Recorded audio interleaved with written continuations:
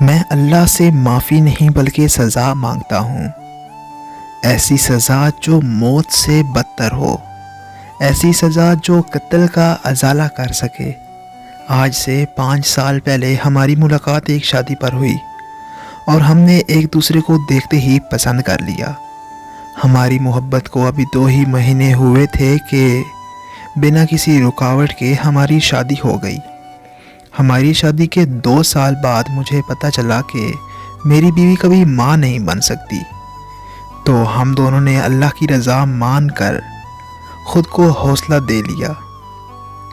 پر society کی باتوں نے میرا حوصلہ زیادہ دیر تک قائم نہیں رہنے دیا اور میں نے سوسائٹی کی باتوں میں آ کر دوسری شادی کا فیصلہ کر لیا۔ دوسری شادی کے لیے جب میں نے اپنی بیوی سے مشورہ کیا تو وہ مان گئی، کیونکہ سوسائٹی اسے بھی طرح طرح کی باتیں سناتی تھی، اور ایسے میری دوسری شادی ہو گئی۔ شادی کے بعد وہ بالکل چپ چاپ سی رہنے لگی، بس سارا دن گھر کے کام کرتی رہتی اور شام کو اکیلے ایک کمرے میں سو جاتی۔ میری دوسری بیوی کا اور میرے گھر والوں کا بہت زیادہ خیال رکھتی تھی، کبھی اس نے کوئی شکوہ نہیں کیا تھا۔ پھر ایک دن اس نے خودکشی کرنے کی کوشش کی تو ہم فوراً اسے ہسپتال لے گئے۔ وہاں ماہر نفسیات نے بتایا کہ یہ ہائی پولر ڈس آرڈر کی بیماری میں مبتلا ہے۔ میں نے یہ بیماری پہلی دفعہ سنی تھی۔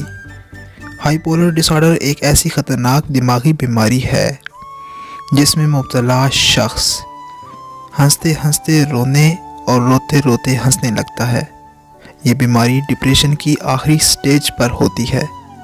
اس مرض میں مبتلا مریض اپنی سوچ اور سمجھ پر بے قابو ہو کر اپنے آپ کو نقصان پہنچانے کی کوشش کرنے لگتا ہے۔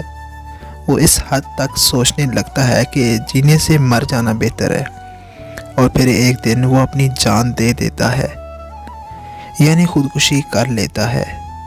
ایسی بیماری کا سن کر مجھے بہت تکلیف ہوئی اور سمجھ بھی آ گئی کہ اس کی یہ حالت کا ذمہ دار میں ہوں۔ میں نے اس کی اس بیماری کا فوراً ٹریٹمنٹ شروع کروا دیا اور دن رات اس کا خیال رکھنے لگا، پر وہ کسی سے کوئی بات نہیں کرتی تھی، بس بالکل چپ چاپ بیٹھی رہتی تھی۔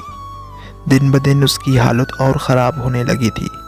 ایک دن میں اس کی میڈیسن لینے مارکیٹ گیا، واپس آیا تو وہ اس دنیا سے جا چکی تھی۔